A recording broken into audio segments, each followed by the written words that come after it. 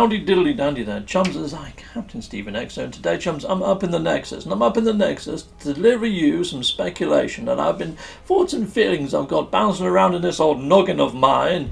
Yeah, around origins, where we came from, to be fair. I'm going to start at the start, and we're going to move into the future.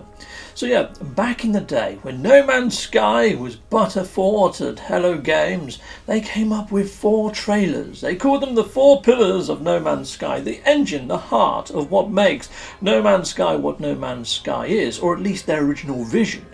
Now, Sean Murray did speak to IGN about Origins and going back to the start and working from the foundations up. So let me play you those 4 trailers, those 4 pillars, heck yes! So those 4 pillars were explore, fight, trade and survive. Now explore, I feel that Origins has given us so much more to explore. I mean, the planets are far more diverse than they used to be. They're still set biomes though. Now back in GDC 2015, where Grant Duncan was talking about the art direction and how No Man's Sky should never be set biomes, and they wanted to do it all by sliders, governed by the relationship to the moons of the planet, or the sun and the distance thereon of, and how it would spawn creatures on the planet. They said that it would spawn creatures based on the actual atoms of the planet. What made up the planet would govern the creatures. So if you went to like a swamp type biome, which didn't exist until recent year, you would find amphibious creatures, and their skin would not be scaly like that of a reptile, but it would be smooth and be a little bit more rubbery looking, a little bit like the amphibians that we see that very frequent swampy areas of our own world. And yet, if you go into a frost world, the creatures would have fur and be more sort of warm-blooded and things like that. So yeah, the hotter the planet, yeah, the more reptilian the creature would be. Now, here's the next pillar. The pillar is labelled fight. Okay, now a lot of people out there in the verse are saying combat has got no place in No Man's Sky. Well, I'll put it to you that those people probably have never watched these 4 trailers. These people probably weren't here from the journey day dot, where No Man's Sky was a vision. And No Man's Sky was getting loads and loads of interviews way back in the early days, even at E3, when the game got demoed. There was quite a large fight element. And as you can see here on the screen, that fight element looked a little bit more hardcore than what we have now. It seemed to be a bit more of a challenge, not only against that of the planet, but the things on the planet, such as the Sentinels, or even space battles. They seemed a lot more involved. I think that we might get an extra addition to the combat area this year. I'm hoping, at least, anyway. And then you've got trade as the 3rd pillar. I'm wondering whether that might be the big update of next year, or it might be bundled in this year. Who knows? But trade at the moment is there, but it's not quite as in-depth as what people would like. It's not as evolved or fleshed out as EVE Online or even Elite. So maybe they might look at that a little bit more. I mean, I have noticed that some of these traders that you encounter in space actually have new words of lingo that I don't got them. I've not got them. I don't know what they're saying, some of the words. And I feel I've learnt all the language, so I'm not too sure what's going on there, whether they're building on something and there's going to be more coming in. We can only but wait and see. But it would be nice to get the resources restacked, and that kind of tunes into the survival element, which is the last and final pillar of No Man's Sky.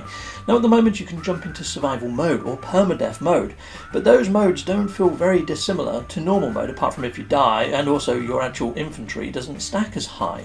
But they've already tweaked that in previous sorts of iterations. And the survival element I feel needs to be upped slightly more in certain sorts of aspects. I mean, it'd be nice to actually, become a pirate yourself maybe in survival mode and actually really struggle to find some of these rarer resources. And also the fact that all these planets are already discovered and we go down and we just rename stuff. That's kind of what we're doing. It'd be nice if everything just had question marks or something in survival mode. I don't know. I would like thoughts and feelings on what you feel survival should be. Anyway, back to the studio! So in Sean Murray's interview with IGN, when he talked about Origins, I put a link card at the top of this video so you can go and jump over and watch that. He actually says about how No Man's Sky needs to go back to its roots. We need to look at what the core of the game was and start from there. And Origins was to bring us more variety, and that was last year's big update. I'm hoping they're going to be now looking at the other 3 pillars that remain. So they've already done Explore with Origins. Now the next one is Combat. Now, a lot of the things that have been going on in the weekend mission lore, the travellers inside of the stations, when you used to talk to them before, they used to just offer where their grave was, or you could trade nanites for something else, blah, blah, blah. They didn't give little snippets of story. No, they didn't do that. The story lore of the travellers is all new. I put a link card at the top to the travellers lore, because if you watch that playlist, you'll see traveller after traveller reference an alternate realm of the void where everything is different to the universe that we're in. They say they don't know of the Geg, they don't know of the Korvax or the Vy'keen, so it's a completely different offshoot. And these travellers are from there, and they reckon they've got their own king. And they mention multi-swords. They mention so much stuff. Please watch that playlist, because I'm hoping that a lot of this lore that we're seeing comes into the iteration in this future update. And the reason why I think that we might be getting this future update that may be called the Void or something like that is because even the weekend mission lore, if you watch my weekend mission lore of me playing through each weekend and going over the lore elements, they mention the Void, they mention this realm of glass, they mention not to drink the water because it corrupts travellers' minds. Heck yes, it's crazy stuff. And even Ariadne has gone missing into the Void. And the Living Ships update that we got in February of the previous year, Void Egg. They came from the Void. These things come from the Void.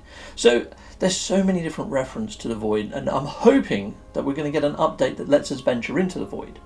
Now, in the Origins update, or maybe even before, I'm not too sure when these planets or systems appeared, but we've now got abandoned systems where there's smashed up, blown up space stations floating about.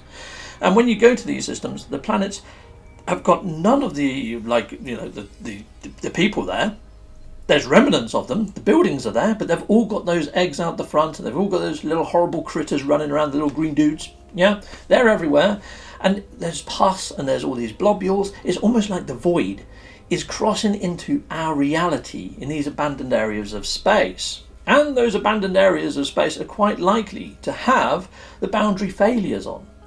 And I'm wondering whether the reason that these systems have just been abandoned and left to rot is because the Void started creeping in and causing the rot and causing maybe the 1616 corruption, and then all the races just, we're out of here, we're not sticking around for this pustular stuff. No, heck no.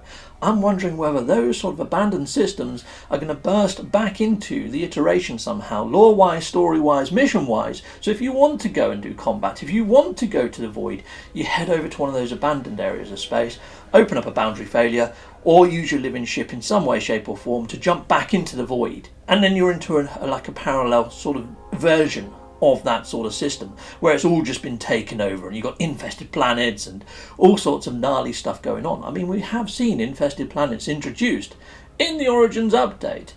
So it does make you wonder if they're going to be doing more around the living ship sort of vibe. Where's my cameraman just freaking gone?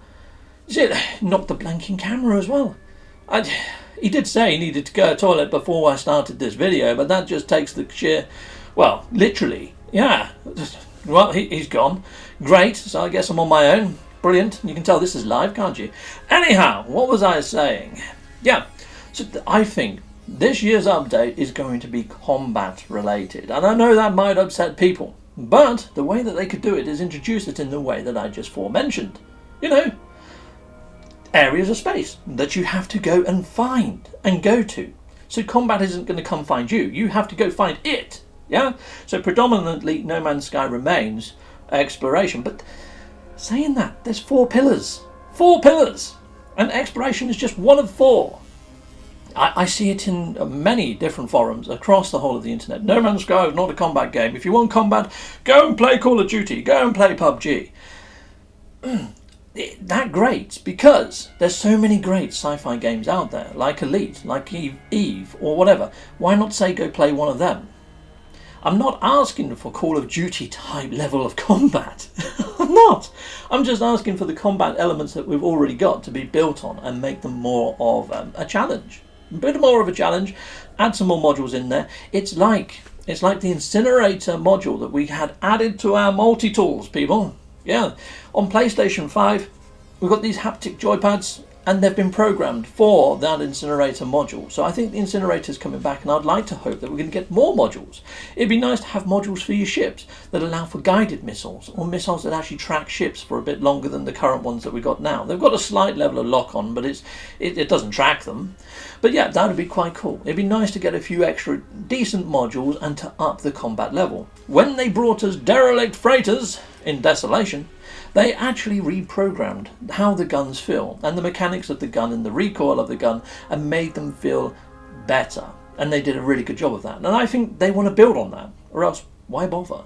You know, and the whole thing with Desolations, creating a procedural generated dungeon in space, you know, could that go a little bit further in another combat update where we actually get facilities on planet side that you can raid as well?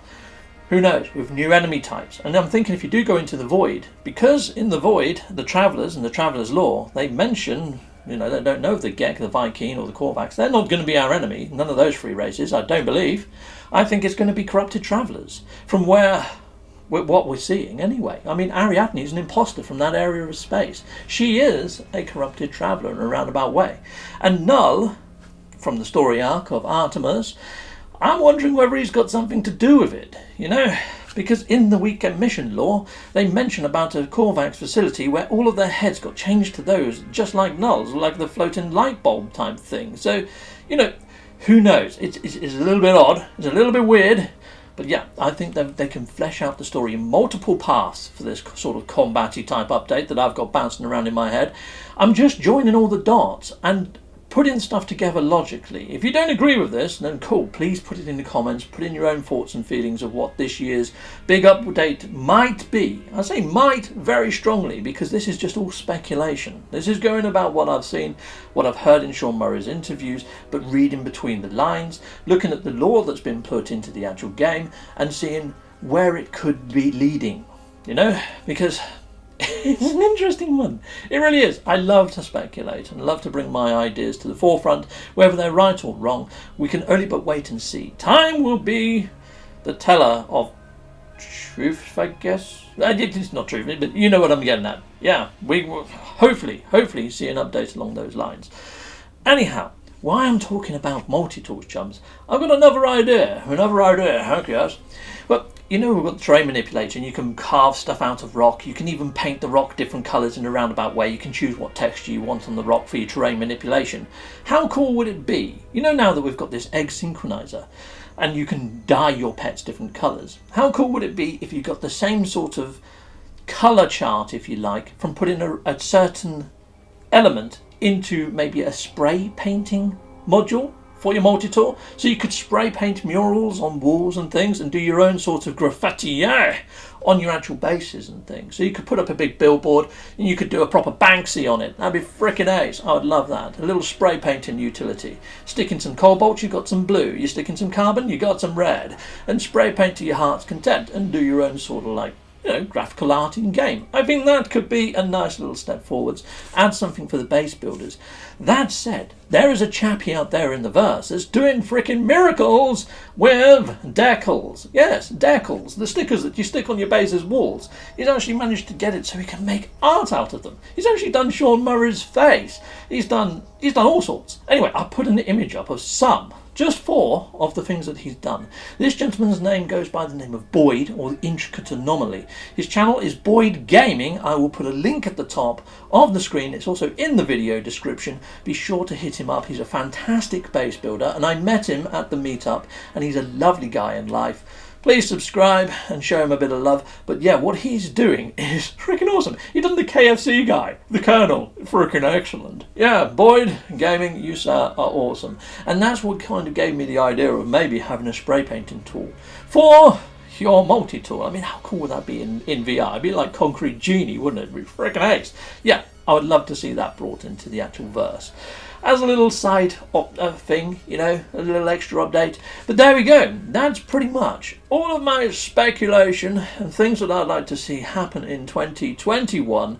And it is mainly combat focused. But like I say, you have to go find the combat.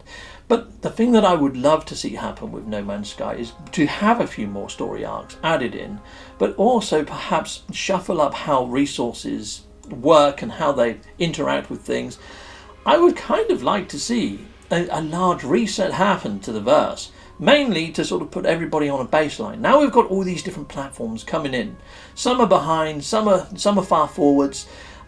Some of the guides that I've done years ago are no longer relevant to the new player. They come in, they find my year-old guides, and they're like, this doesn't work. And I find myself that I'm redoing guides over and over again. It'd be nice to have a point where it gets baselined, reset, everybody's on the same plateau where we don't know anything and we're all learning together again. I don't know, that's just how I feel about stuff. But then I feel that should happen when we've got No Man's Sky complete, where Hello Games are struggling to think of things to put in the verse, and I still see oodles and oodles of potential for new things to come into the verse. So I don't think they're quite there yet. But yeah, once No Man's Sky gets to a peak, let's call it the peak, I would like to see some sort of rebooted No Man's Sky, where there's a few new story arcs in there. So there's something there for everyone, and that would be the crescendo to the No Man's Sky verse and the whole No Man's Sky game, if you like. Yeah, so that's kind of where my thoughts and feelings are right now. Love to hear yours in the comments below. And yeah.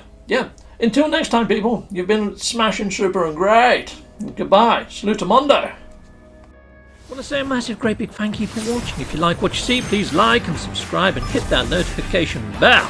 And thank you to my backers over on Patreon and on YouTube membership. If you do want to support this channel, you could just not skip my adverts. That throws revenue down my avenue. Or stay with Captain Steve a little bit longer and hit something on this screen. Heck yes, and there's also merch on this screen now. Awesome!